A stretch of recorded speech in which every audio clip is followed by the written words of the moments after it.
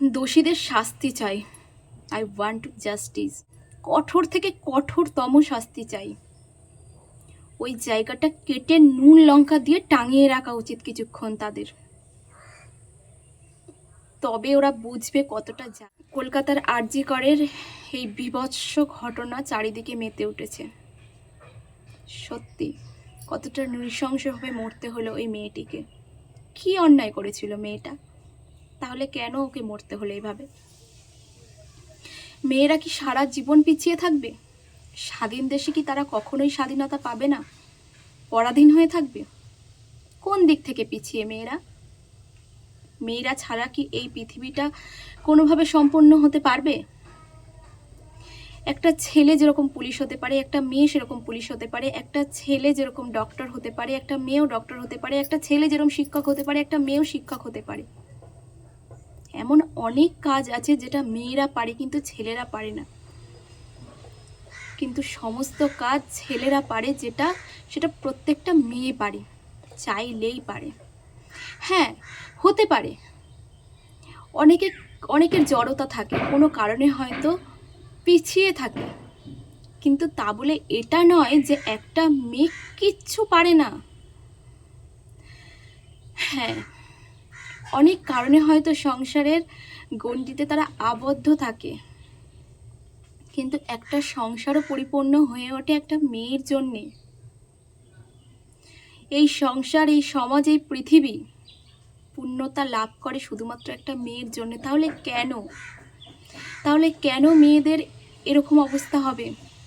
বারবার কয়েক বছর অন্তর অন্তর খেয়াল করলে দেখা যাবে যে এই জিনিসটার বার বেড়েই চলেছে। বাচ্চারা পর্যন্ত ছাড় পাচ্ছে না।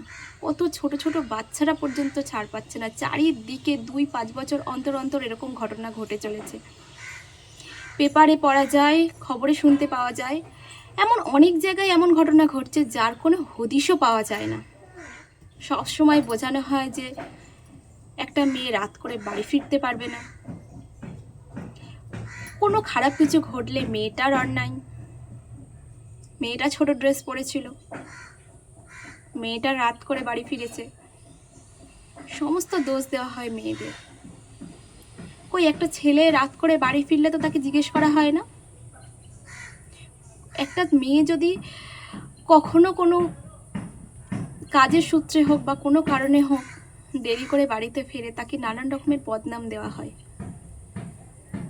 বা কারোর সাথে যদি রাস্তা দাঁড়িয়ে গল্প করে তখন তাকে বদনাম দেওয়া হয়, ওই কার সঙ্গে বোধহয় কথা বলছে, খারাপ দৃষ্টিতে দেখা হয়। কিন্তু একটা ছেলের ক্ষেত্রে তো দেখা হয় না। কেন এরকম বিভেদ? কেন? যে ছেলেটা আজকে এই নৃশংস কাজের সাথে যুক্ত, সেও তো একটা মায়ের ছেলে। শুধু কি ব্যর্থতা তার? না, তার নয়, তার বাবা মায়েরও ব্যর্থতা যে তার মতো একটা নৃশংস পশু, একটা পশু বললেও ভুল হবে, একটা পশুর মধ্যেও মানে একটু হলেও কিছু থাকে, তার মধ্যে কিচ্ছু নেই। জানোয়ারের থেকেও সে অধম। অবশ্যই তার কঠিন শাস্তি হোক, কঠিন থেকে কঠিনতম শাস্তি হোক, তবে হয়তো সেই মেয়েটার আত্মার একটু হলেও শান্তি পাবে। তবে পরিবর্তন আনতে হবে। আজ মেয়েদের রাত্রি দখলের যে ঘটনা সোশ্যাল মিডিয়ায় আমরা দেখছি, সমস্ত মেয়েরা একসাথে গর্জে উঠেছে, ঠিক সেইভাবে পরিবর্তন আনতে হবে। ঠিক সেইভাবে আমাদেরকে একজোট হতে হবে। আর পরিবর্তনটা আনতে হবে কোন জায়গায় বলো তো? আমার নিজস্ব মতামত আমি তোমাদের কাছে শেয়ার করছি। আমার মনে হয় পরিবর্তন আনতে হবে গোড়ায়। প্রত্যেকটা বাবা মাকে সচেতন হতে হবে যাতে আগামী দিনে এরকম ধরনের ক্রিমিনালের জন্মই না হয়। তাহলে কিন্তু আমরা এরকম দূষিত পরিবেশ থেকে মুক্ত হতে পারি। এই দূষিত পরিবেশ যাতে সৃষ্টি না হয় সেটা আমাদেরকেই লক্ষ্য রাখতে হবে। আর প্রত্যেকটা বাবা মাকে সচেতন হয়ে উঠতে হবে। সঠিক সময়ে সঠিক জিনিসটা শেখাতে হবে, সঠিক সময়ে শাসন করতে হবে। শুধুমাত্র সঙ্গদোষ নয়,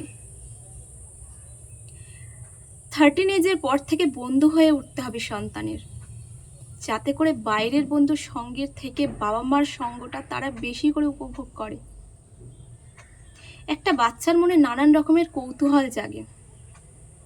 টিভিতে কখনো স্যানিটারি ন্যাপকিনের অ্যাড দেখে যদি কোনো বাচ্চা জিজ্ঞাসা করে যে মা ওটা কি, বেশিরভাগ ক্ষেত্রে কিন্তু আমরা তার কাছ থেকে লুকিয়ে যাই, বলি ওইসব সম্পর্কে জানার দরকার নেই, ওসব কিছুই নয়, কিংবা পাউরুটির অ্যাড বলে নানান রকম ভুল ভাল তথ্য দিয়ে কিন্তু আমরা তাদেরকে ভুলিয়ে দিই। কিন্তু আমরা এটা জানি না যে তারা অনেক বেশি অ্যাডভান্স, যুগ বদলে গেছে, কম্পিউটার ব্রেন এখন তাদের।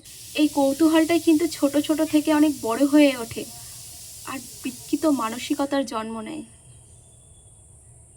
আমাদের উচিত তাদের কাছে এই ধরনের ছোট ছোট জিনিসগুলো লুকিয়ে যাওয়া নয়, সঠিক পদ্ধতিতে তাদের কাছে তাদের জানানো, তাদের কৌতূহলটা না জাগে, তাদের সঠিক উত্তরটা যাতে তারা বাবা মায়ের কাছ থেকে পেয়ে যায়।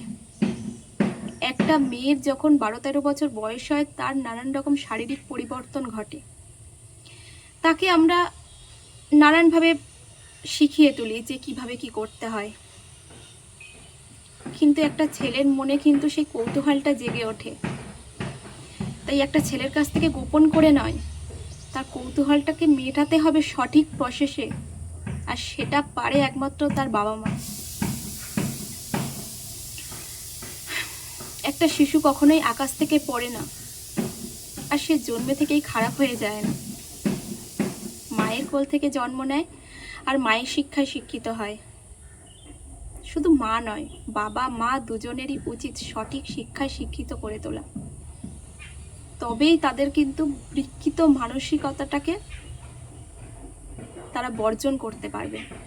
মানে এই ধরনের বিকৃত মানসিকতা যাতে তৈরি না হয়, তাদের মানবিকতার চেতনা জাগাতে হবে,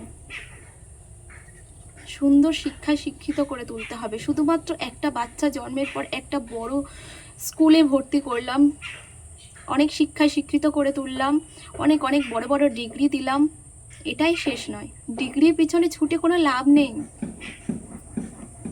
আসল শিক্ষায় শিক্ষিত করে তুলতে হবে, মানুষের মতো মানুষ করতে হবে, তাদের দৃষ্টিটাকে সুন্দর করে তুলতে হবে, যাতে মেয়েদেরকে দেখে সবসময় কুনজরে তারা না দেখে, মেয়েদেরকে যাতে তারা সম্মান করতে শেখে।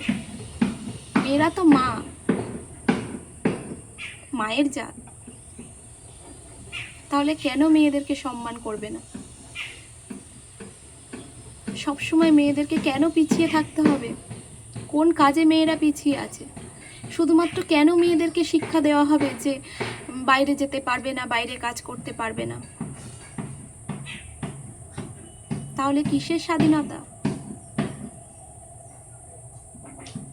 এরকম স্বাধীনতার তো দরকার নেই আমাদের। আজ সত্যি মনটা প্রচণ্ড ভারাক্রান্ত এই ৭৮তম স্বাধীনতা দিবসে, যে এভাবে কাটবে ভাবতে পারিনি। এই সমাজে ছেলেদের যেরকম দরকার, মেয়েদেরও দরকার। তাই ছেলে মেয়ের মধ্যে ভেদাভেদ নয়, ছেলে মেয়েদের মধ্যে কোনো ভেদাভেদ নেই। একটা ছেলে যতটা সম্মান পেতে পারে, তার থেকে একটা মেয়ে অনেক বেশি সম্মান পেতে পারে, কিন্তু আমরা সেটা দেই না। বেশিরভাগ ক্ষেত্রে দেখা হয় যে ছেলেদেরকে মাথায় তুলে রাখা হয়, মেয়েদেরকে সেই স্থান দেওয়া হয় না। কিন্তু একটা মেয়ে কম কিসের? আজ একটা ডাক্তার চলে গেল, মানে আজ আমরা কত বড় একটা জিনিস হারিয়ে ফেললাম। কত দিকে কত রকমের এরকম ধরনের ঘটনা ঘটেই চলেছে, তার হয়তো কোনো হদিশই পাওয়া যায় না। তো যাই হোক,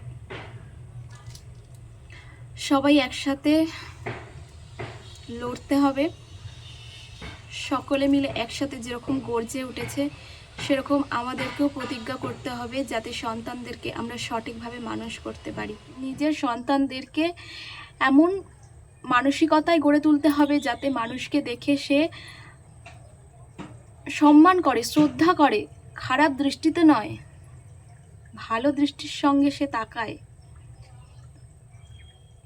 তাই একটা বাবা মাকে উদ্যোগ নিতে হবে, ছোট থেকে তার সন্তানকে সঠিক শিক্ষায় শিক্ষিত করা। তো যত যাই হোক, আজ মনটা ভীষণই ভারাক্রান্ত, মনটা খুব খারাপ লাগছে। তো সেই কারণেই তোমাদের সঙ্গে কিছু কথা শেয়ার করলাম, আমার মনের কথা।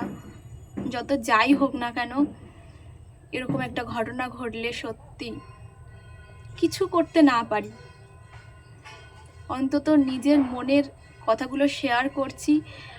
আশা করি একটু হলেও তোমাদের ভালো লাগবে। আর কদিন ধরে আমার মনটা ভীষণ খারাপ লাগছে শুধুমাত্র এই ঘটনার জন্য, যে কিভাবে শেষ হতে হলো ওই মেয়েটিকে। তো যাই হোক, সর্বোপরি বিচার চাই, সুবিচার চাই, এটা বলেই আজকের ভিডিওটা শেষ করছি। যদি কোনো ভুল ত্রুটি হয়ে থাকে ক্ষমা করে দিও। তো আজকে এইটুকুই, দেখা হচ্ছে আবার নেক্সট ভিডিওর সঙ্গে। ততক্ষণ পর্যন্ত তোমরা সঙ্গে থেকো। টাটা। আর সবাই একসাথে বলে উঠো, বিচার চাই, এবং ভবিষ্যতে যেমন এরকম ক্রিমিনাল আর তৈরি না হয় সেটার পরিস্থিতি আমাদেরকেই তৈরি করে তুলতে হবে সকলে মিলে।